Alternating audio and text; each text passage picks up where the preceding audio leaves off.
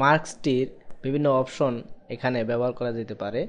Unlink opacity mask, disable opacity, release opacity mask, unlink অর্থাৎ এখানে যে লিঙ্কটা ছিল সেটা, আবার relink. Disable opacity mask, opacity মাস্কটিকে ডিসেবল করার জন্য এখানে একটি লাল ক্রস সাইন দেখা যাচ্ছে। Enable opacity mask. তারপর রয়েছে রিলিজ অপাসিটি মাস্ক, অর্থাৎ মাস্কটিকে রিলিজ করে ফেললে, অর্থাৎ পূর্বের অবস্থায় ফিরিয়ে নিলে যে অবস্থা দেখা যাচ্ছে। Make opacity mask. এগুলোকে ব্যবহার করে অপাসিটি মাস্কটিকে বিভিন্ন মডিফাই করা যেতে পারে। ইনভার্ট মাস্ক, মাস্কটির ইনভার্ট করার জন্য, অর্থাৎ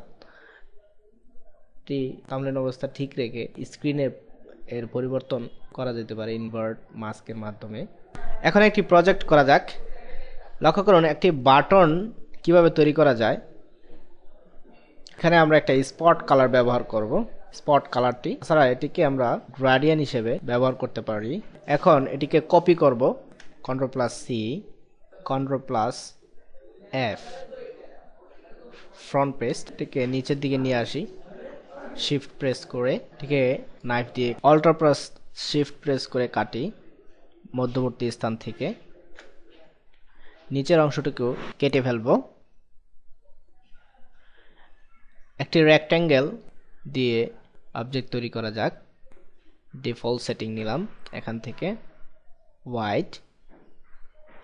এটিকে পেছনে নেওয়া যাক, অ্যারেঞ্জ, ব্রিং ব্যাকওয়ার্ড, Ctrl+ব্র্যাকেট। এর উপর আমরা গ্রে স্কেল সেট করব। এখন এর উপর মেক অপাসিটি মাস্ক তৈরি করব। এটিকে বরাবর নেওয়া যাক। লক্ষ্য করুন এখানে আমরা একটি কালার ব্যবহার করব চয়েস থেকে। দেখুন এটি দেখতে এখন একটি বাটনের মতো দেখাচ্ছে, ক্রিস্টাল বাটন। আপনি ইচ্ছা করলে যে কোনো ধরনের টেক্সট এখানে ব্যবহার করতে পারেন।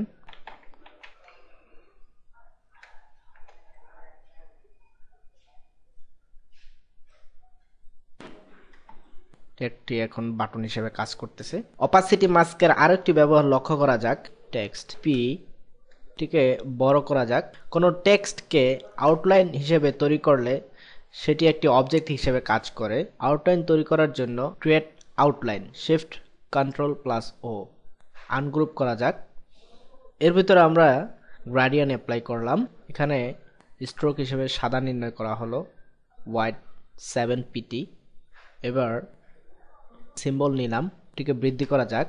এর উপরে নিয়ে আসলাম, দুটাকে একসাথে সিলেক্ট করে মেক অপাসিটি মাস্ক। এবার একটি অবজেক্টের উপর এটিকে রাখলে কিরকম দেখায় লক্ষ্য করুন। এ হচ্ছে আমাদের মাস্কের অবজেক্ট এবং পিছনে একটি প্যাটার্ন রয়েছে।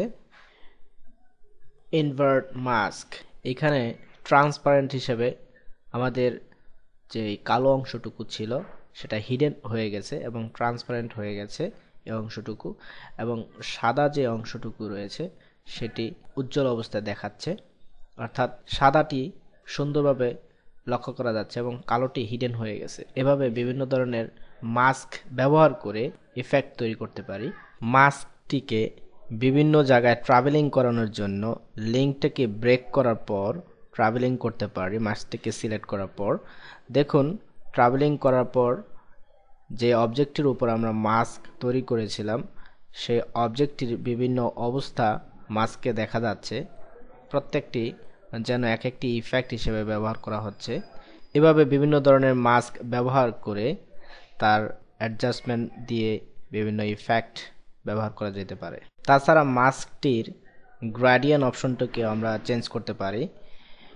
এটিকে সিলেক্ট করার পর গ্রেডিয়েন্ট থেকে মাস্কের গ্রেডিয়েন্ট পরিবর্তন করতে পারি। লক্ষ্য করুন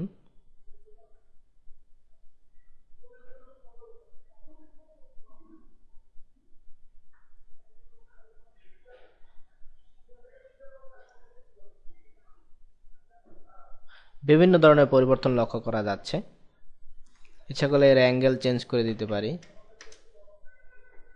বিভিন্ন অ্যাঙ্গেলও ব্যবহার করতে পারি। তাছাড়া এর স্ট্রোক পিটি ব্যবহার করতে পারি, চেঞ্জ করে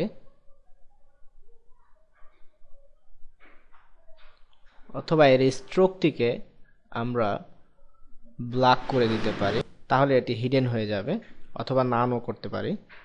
লক্ষ্য করুন কিভাবে আমরা কোনো ব্লেন্ডিং অপশনকে আইসোলেট করতে পারি। অর্থাৎ এখানে এই অবজেক্টটির উপর ব্লেন্ডিং অপশন আরোপ করা যাক, হার্ড লাইট। দেখুন নিচের যেই প্যাটার্নটি আছে সেই প্যাটার্নটির উপরে এর ব্লেন্ডিং অপশনটি ব্যবহার করার পর রিফ্লেক্ট দেখা যাচ্ছে। আমরা যদি এই অবজেক্টটিকে ব্লেন্ডিং আইসোলেট করতে চাই, সেই ক্ষেত্রে এটি এবং এটি Ctrl+G এর মাধ্যমে গ্রুপিং করা প্রয়োজন হবে। লক্ষ্য করুন গ্রুপিং করার পর এখানে আইসোলেট ব্লেন্ডিং, অর্থাৎ নিচের যেই প্যাটার্নটি আছে এর উপর ব্লেন্ড না হওয়ার জন্য আইসোলেট করতে সক্ষম হব। সিলেক্ট করে আইসোলেট ব্লেন্ড, অর্থাৎ পিছনের যে অবজেক্টটি আছে সেই অবজেক্টটির উপর আমাদের এই ব্লেন্ড অপশনটি ব্যবহারের পর তার রিফ্লেক্ট হবে না। যদি এটিকে আনগ্রুপ করা হয়, অর্থাৎ আনগ্রুপ শিফট কন্ট্রোল জি, তাহলে এর ব্লেন্ডিং অপশনটি সমস্ত পেছনের অবজেক্টের উপর পড়ে যাবে।